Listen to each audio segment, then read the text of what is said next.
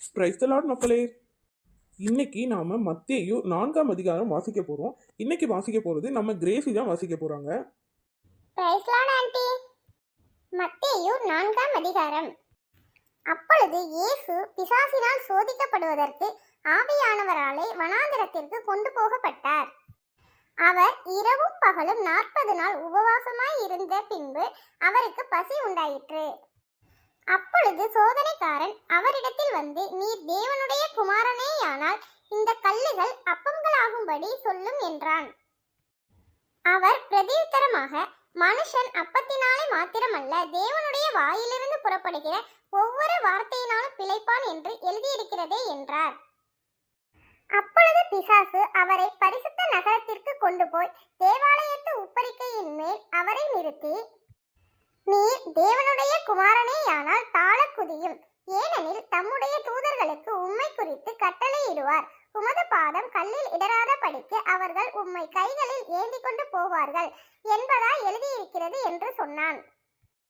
அதற்கு இயேசு, உன் தேவனாகிய கர்த்தரை பரீட்சை பாராதிருப்பாயாக என்றும் எழுதியிருக்கிறதே என்றார்.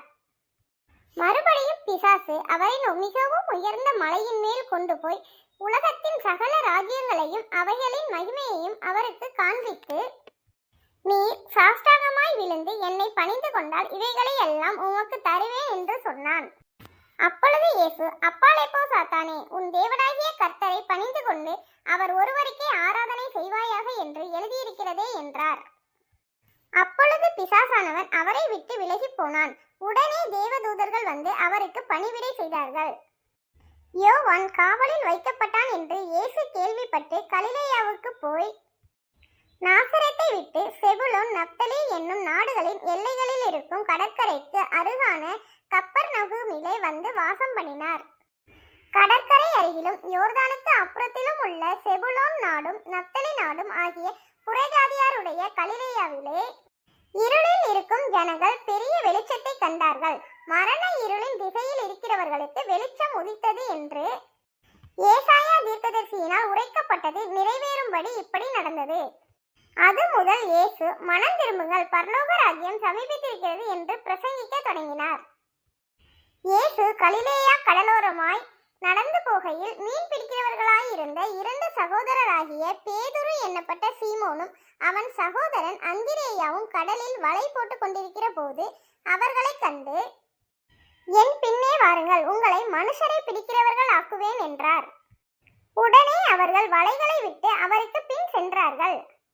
அவர் அவ்விடம் விட்டு போகையில் வேறே 2 சகோதரராகிய செபெதேயுவின் மகன் யாக்கோபும் அவன் சகோதரன் யோவானும் தங்கள் தகப்பன் செபெதேயுவுடனே படவிலிருந்து தங்கள் வலைகளை பழுது பார்த்து கொண்டிருக்கிற போது அவர்களை கண்டு அவர்களையும் அழைத்தார். உடனே அவர்கள் படவையும் தங்கள் தகப்பனையும் விட்டு அவருக்கு பின் சென்றார்கள். பின்பு இயேசு கலிலேயா எங்கும் சுற்றி நடந்து அவர்களுடைய ஜெப ஆலயங்களில் உபதேசித்து ராஜ்யத்தின் சுவிசேஷத்தை பிரசங்கித்து ஜனங்களுக்கு உண்டாயிருந்த சகல வியாதிகளையும் சகல நோய்களையும் நீக்கி சுஸ்தமாக்கினார். அவருடைய கீர்த்தி சீரியா எங்கும் பிரசித்தமாயிற்று. அப்பொழுது பலவித வியாதிகளையும் வேதனைகளையும் அடைந்திருந்த சகல பிணியாளிகளையும் பிசாசு பிடித்தவர்களையும் சந்திர ரோகிகளையும் திமிர்வாதக்காரரையும் அவரிடத்தில் கொண்டு வந்தார்கள். அவர்களை சுஸ்தமாக்கினார். கலிலேயாவிலும் தெக்கப்போலியிலும் எருசலேமிலும் யூதேயாவிலும் யோர்தானுக்கு அப்புறத்திலும் இருந்து திரளான ஜனங்கள் வந்து அவருக்கு பின் சென்றார்கள். மக்களே, இன்னைக்கு வாசிச்ச அதிகாரத்தை நீங்க நல்லா கவனிச்சிருப்பீங்க அப்படின்னு நம்புறேன். இந்த அதிகாரத்தை தினமும் நீங்க வீட்டில் நைட்டு வாசிச்சு பாருங்க. அப்பதான் உங்களுக்கு இன்னும் அதிகமா புரியும்.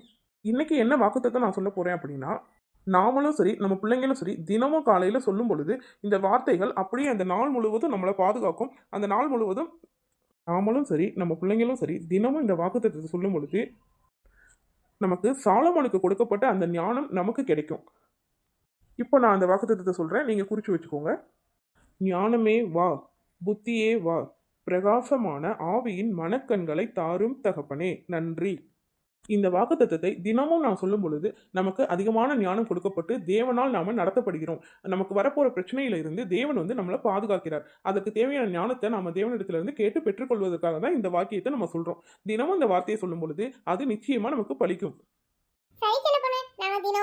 நாங்களும் சொல்றோம், எங்க பிள்ளைங்களுக்கும் நாங்க சொல்லிக் கொடுக்கிறோம். மக்களே, இது எங்களுக்கானது மட்டுமல்ல, உங்களுக்காகவும் தான் நாங்க சொல்லியிருக்கிறோம். இந்த வார்த்தையை நீங்களும் உங்க குழந்தைங்களுக்கு சொல்லிக் கொடுங்க. அப்ப வந்து உங்க குழந்தைங்களிடத்துல இருக்கிற மாற்றத்தை நீங்க கண்கூடாவே காண முடியும். எல்லோருக்கும் பிரைஸ் லார்ட். நாளைக்கு ஒரு அதிகாரத்தோட வந்து உங்களை சந்திக்கிறோம். அது வரைக்கும் விடைபெறுகிறோம். நன்றி, வணக்கம்.